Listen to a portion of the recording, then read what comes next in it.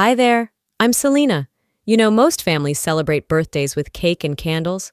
Mine put me and my 7-year-old son up for sale for $20,000. Yeah, you heard that right. On her birthday, my own sister auctioned us off like we were nothing but property. But what hurts more isn't that night. It's everything they did before that. They took my home. They stole my father's will. They tried to take my son away. And the worst part? They almost made me believe I deserved it. But what they didn't know is how far I was willing to go to protect my son. The grand ballroom at the Fairmont shimmered under chandeliers, laughter bouncing off marble walls, thick with perfume and polite pretense. Everyone here belonged, except me. I stood by the entrance, smoothing the wrinkles from my borrowed navy dress, my fingers wrapped around Caleb's small hand. My son glanced up at me, wide-eyed. "Mom, why is everyone looking at us like that?" he whispered. "Because we're different," I said, forcing a smile. We moved quietly along the wall, past clusters of designer gowns and sharp suits. Whispers followed us. Judgment, mockery. It wasn't new. At the front table, my mother, Vivian, sat straight-backed and flawless. She didn't look at me. No smile, no nod. I shouldn't have expected one. I couldn't remember the last time she looked at me with pride. Maybe when I was 10. A server passed with a tray of champagne. I waved him off. I couldn't afford to lose composure tonight. Not in front of Caleb. The music faded. Delilah, my younger sister, strutted onto the stage. The golden child, dressed in a champagne-colored gown like it was made for her. The crowd clapped. "Thank you all for coming," she purred. "It's not every day a girl turns 34 and looks this fabulous." Laughter rippled around us, hollow and practiced. Caleb shifted beside me, tugging his too small jacket. "Can we go home soon?" "Just a little longer," I murmured. Delilah lifted her glass. "Before dessert, I have a special surprise." My stomach tightened. "Since we're all about giving back tonight," she smiled sweetly, "I thought it would be fun to hold a charity auction. And guess who's up for grabs?" She turned toward me, her smile sharp. "Me and my darling sister Selena, and her adorable son." The room burst into shocked laughter, murmurs and cameras. Someone in the back shouted, "I'll throw in $100 for the kid's dimples!" The crowd howled. I froze. Caleb's fingers dug into mine, shaking. His face crumpled, confused, scared. I thought of last Thanksgiving, when we ate alone while they posted photos of a lavish dinner, without us. Of Christmas mornings when Caleb asked why Grandma never sent a gift. Vivian and Delilah had spent years making me feel small. But tonight, as they laughed and snapped photos, something inside me shifted. Not like glass breaking, but like a lock clicking open. If they thought they could sell me and my son tonight, they were about to learn just how wrong they were. The night outside was thick with silence when I unlocked the door to our apartment in South Austin. Only the distant hum of traffic slipped through the cracked window panes. Caleb walked in without a word, his small shoulders hunched like he was carrying the whole night on his back. He didn't look at me, just headed straight to his room and quietly shut the door. I stood there longer than I should have, staring at that closed door, my chest tight. My purse hung from my arm, the party invitation still crumpled at the bottom. I pulled it out, smoothing the creases like I could erase what happened tonight. But no matter how flat I made it, I could still hear their laughter. The auction. My own sister putting me and my son up for sale. I tossed the invitation onto the table and walked into the kitchen. The light above felt cold. I grabbed a glass, filled it with water, but didn't drink. My phone vibrated in my bag. I already knew what it was. A post from Delilah Rayner.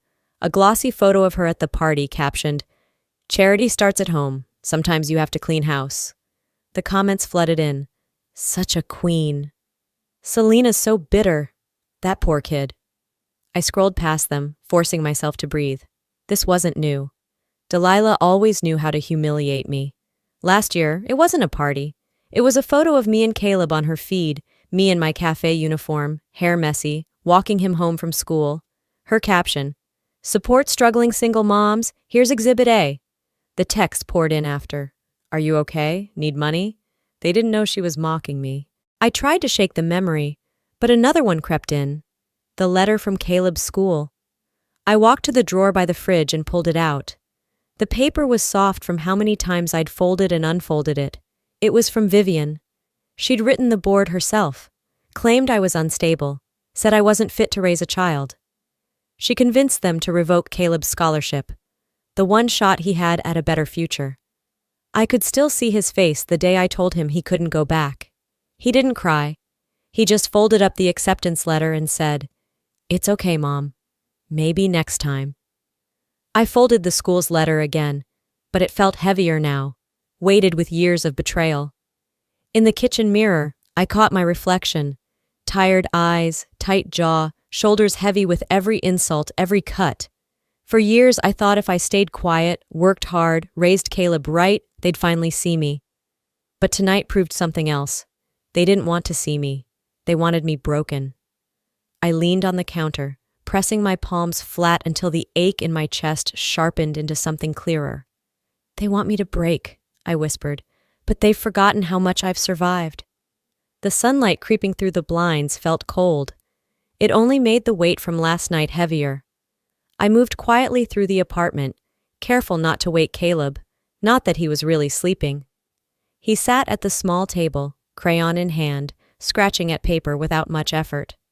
At the stove, I stirred oatmeal we didn't want. The silence pressed on me. When I set the bowl in front of him, he mumbled, "Thanks, Mom," without looking up. That thank you cut deeper than it should have. For a while, the only sound was the scrape of his spoon, then soft, "Mom, why does Aunt Delilah hate us so much?" I froze. His small face was drawn tight with confusion. "It's not about you, baby," I said quietly. "It's about them." He nodded like he understood, but I knew he couldn't. He was 7. He shouldn't have to carry this. As I cleared the table, my mind drifted, back to when the cracks first showed. We were still in East Austin then, living in the old Rayner house. It wasn't much, but it was home. Until the letter, taped to the front door on a Tuesday afternoon. A legal notice. Vivian and Delilah had sold the house without telling me. I had 2 weeks to leave. When I called my mother, demanding why, her voice was sharp and cold. "You've been living on borrowed time, Selena. Be grateful we let you stay that long." 2 weeks. That was all I was worth to them. I remembered Caleb sitting among boxes asking, "Why don't Grandma and Auntie want us here?" What was I supposed to say?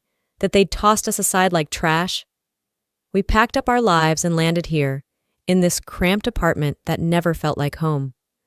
I shook off the memory, but the bitterness lingered. Caleb's crayon stopped moving. "Mom," he said quietly, "when Grandma visited my school, was she telling the truth?" My stomach dropped. "When was this?" "A couple months ago, at lunch. She said, you made everyone hate you, that you ruined everything." The words punched the air from my lungs. No one told me she'd been near him. No teacher, no call. She hadn't just humiliated me. She'd gone after him. "She said you're why we don't have a family anymore." In his eyes, I saw it.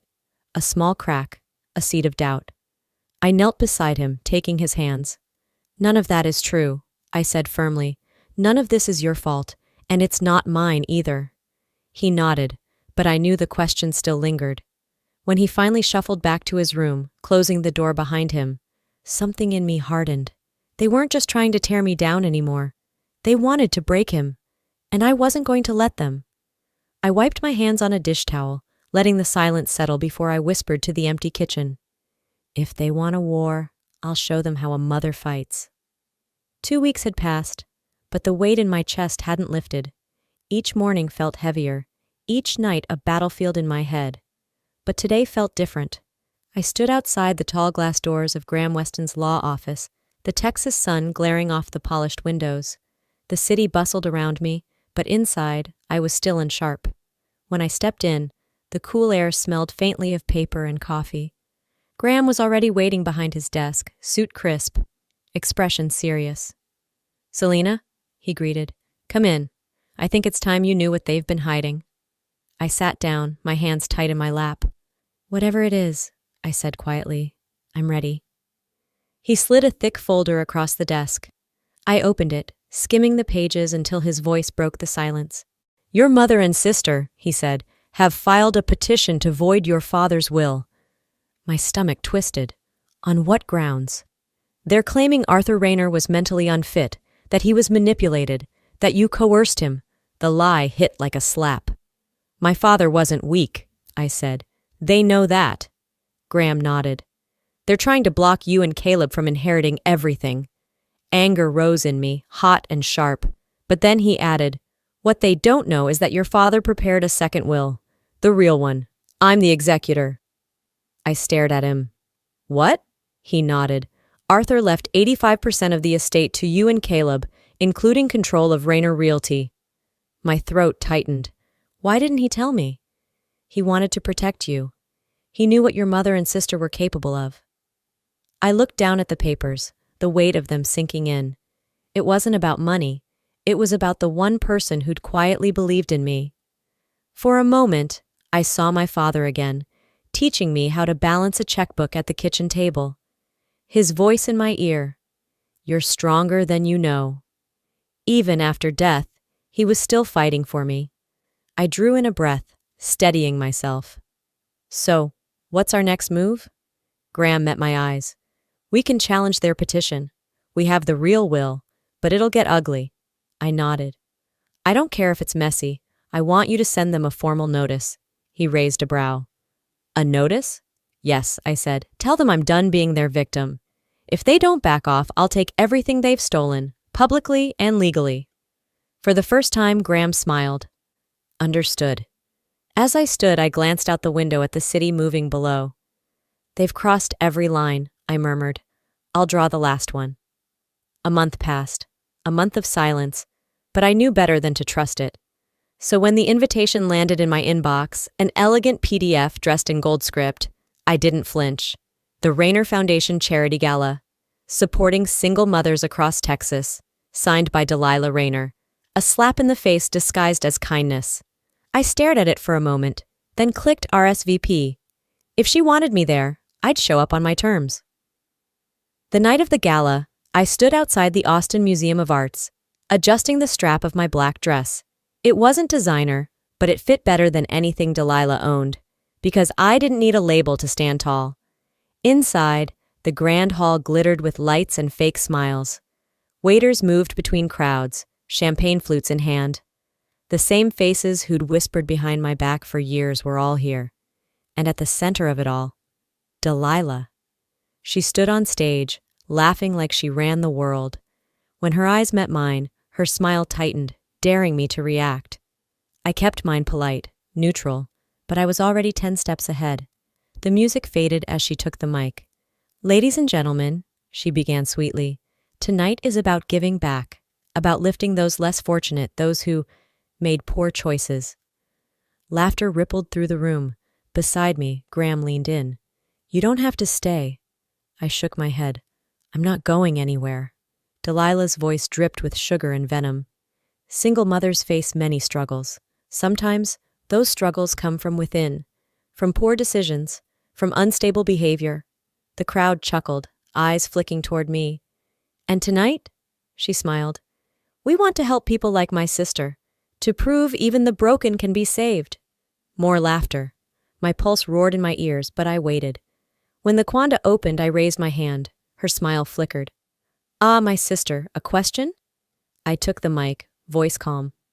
I think it's great we're here to talk about charity, I said. But charity isn't a game.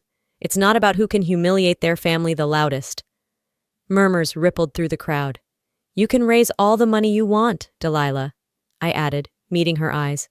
But real charity would be leaving your family alone. Silence. Her smile slipped, just enough for me to see the fury behind it. I handed back the mic and walked out. Outside, the night air felt lighter. Graham joined me on the steps.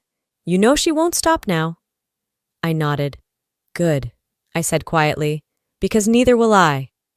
I looked back at the glittering hall behind me. They thought tonight was the fight. It was only the beginning. 2 weeks after the gala, the storm I'd been waiting for finally arrived.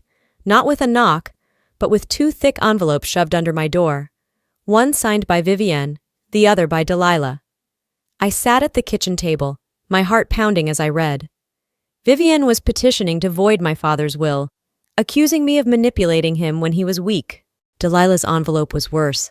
She was filing for full custody of Caleb. My hands trembled, but I pressed the papers flat, forcing myself to breathe. Of course they came for me together. The next day, I sat across from Graham, the documents spread between us like a war map. "Your mother claims your father wasn't of sound mind when he signed the will," he said quietly. "They're accusing you of coercion." I let out a bitter laugh. "She's rewriting history. Classic." Graham slid the second petition toward me. "Delilah wants custody of Caleb. She's submitted records, doctored messages, trying to paint you as unstable." My jaw tightened. "She doesn't want him. She just wants to win." He nodded. "This isn't about Caleb. It's about power." The next week blurred. A storm of court filings, affidavits, emergency hearings. My bank accounts were frozen. My name smeared across headlines. "Unstable heiress under investigation." It all came to a head at Austin Family Court, under cold lights and colder stares. Delilah stood across the hallway when I arrived, red lipstick sharp as a blade. "Nice of you to show up," she said sweetly. "The judge won't like what he sees." I met her gaze. "You're not here for Caleb. You're here because you can't stand that I won't break." Her smile faltered. "Everyone breaks eventually." Inside, her lawyer ripped me apart, painting me unfit, unstable, irresponsible. Lies stacked like bricks around me. When court adjourned, Graham and I stepped into the hot afternoon air. "They're not backing down," he said. "They want to leave you with nothing." I nodded, stomach churning. Then we stopped playing nice. That night, after Caleb had fallen asleep, small and safe under his blanket, I stood by his door and made a promise. "No more mercy," I whispered to the dark. "You'll never be their pawn again." 2 weeks into the custody hearing, I sat at the kitchen table, nursing cold coffee, when my phone rang. It was Graham. "You need to come to the office," he said, "now." The urgency in his voice made my stomach drop.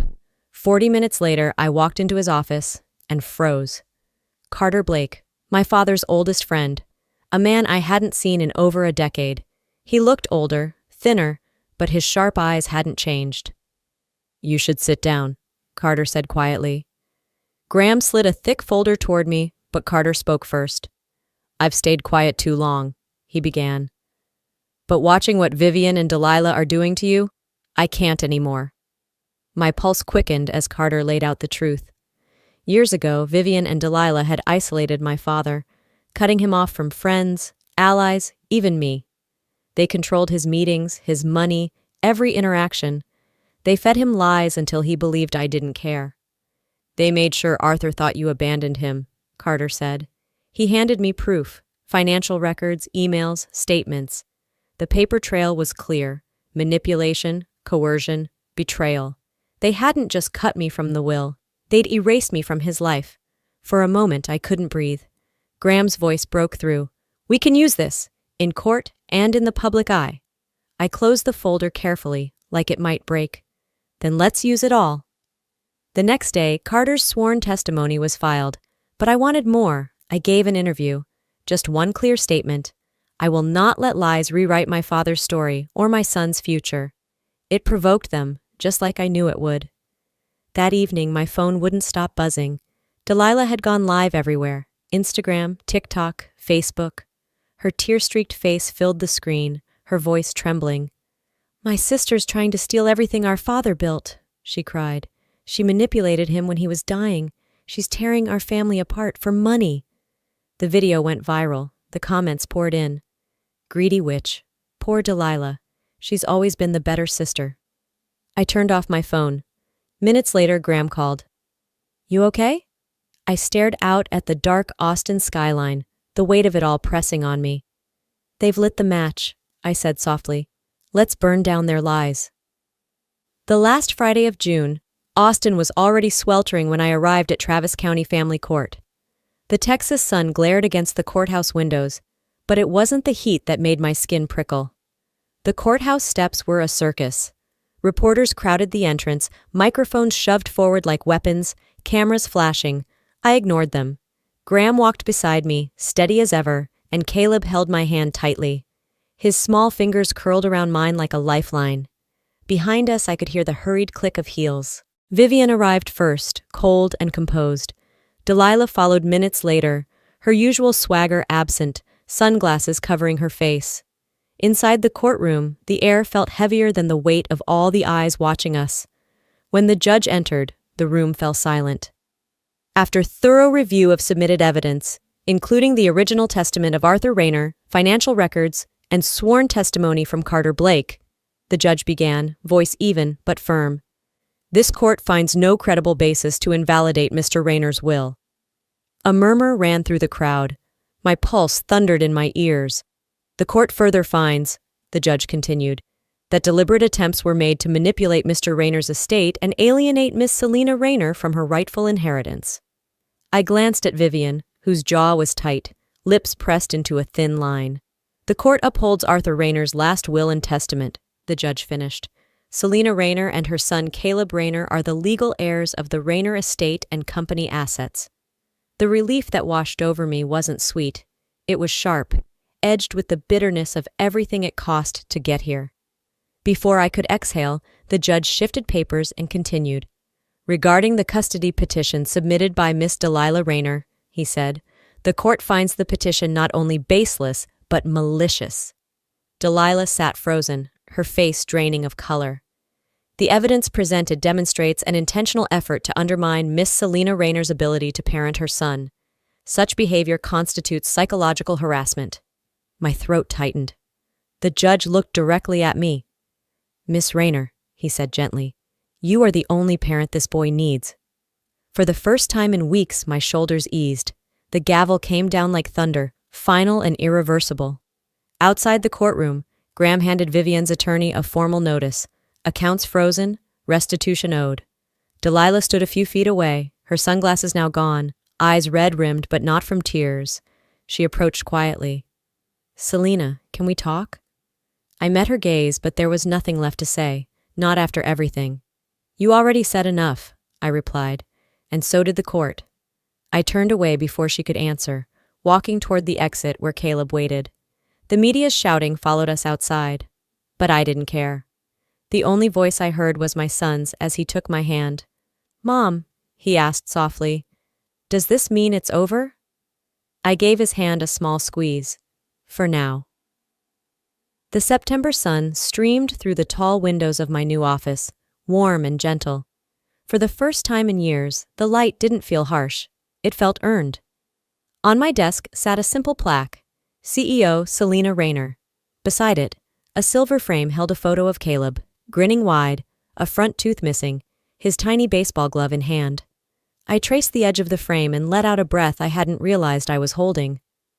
3 months had passed since the court battle ended. 3 months since the noise, headlines, and betrayals faded. But some heaviness remained. Not like chains, but like old bruises you forget about until you touch them. Outside my door, my assistant's voice came through. Selina, they're here. I stood, smoothing my navy blazer. Vivian and Delilah waited in the conference room. They didn't look like the women I once knew. Vivian's hair had thinned, streaked with gray. She wore plain clothes now, no pearls or designer labels. Delilah sat stiffly beside her, eyes hollow, lips tight, the shine of her curated life gone. The room was quiet when I walked in. Vivian spoke first. Selina, I know we don't deserve to be here. Her voice cracked, but there was no pretense. I'm sorry.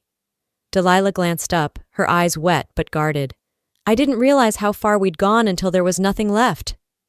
Once I would have wanted to scream at them, rage at what they'd done. Instead, I sat down and spoke evenly. I can't forget what you did. I won't pretend it never happened. They nodded. But I can choose to let go of the anger. I slid a folder across the table. Inside were documents securing Vivian modest housing and financial support. Enough to live without fear, but nothing more. There's one condition, I said. You will not contact Caleb, not until he decides he wants to see you. Vivian swallowed hard. Delilah wiped at her eyes. We understand, Vivian said quietly. When they left, Graham stepped in with paperwork in hand. That was generous, he said. It wasn't for them, I replied. It was for me. That night, I sat at the edge of Caleb's bed. He was half asleep, face soft under the nightlight. "Mom," he mumbled, "are we safe now?" I brushed a strand of hair from his forehead. "We've always been safe," I whispered, "because we have each other." Outside, the moon stretched across the Austin skyline. For the first time in a long while, I let myself believe in something simple: peace. Before we end, let me leave you with this, because if you've followed this story, you deserve more than just an ending. For years, I believed family meant staying quiet, shrinking myself, hoping they'd finally see me. But sometimes, the people who should love you most are the ones who hurt you the deepest. This isn't just a story about betrayal or courtrooms. It's about knowing your worth when others try to strip it away. It's about teaching your children and yourself that you are not for sale. Your voice, your future, your dignity belong to you. Now I want to hear from you. Have you ever fought a battle no one else saw? Had to choose between silence and standing tall? If this story spoke to you, drop a or comment, "I'm standing strong" below, and tell me where you're watching from. And if it didn't, tell me why. Your voice matters here. Hit subscribe if you want more stories that remind you of your own strength.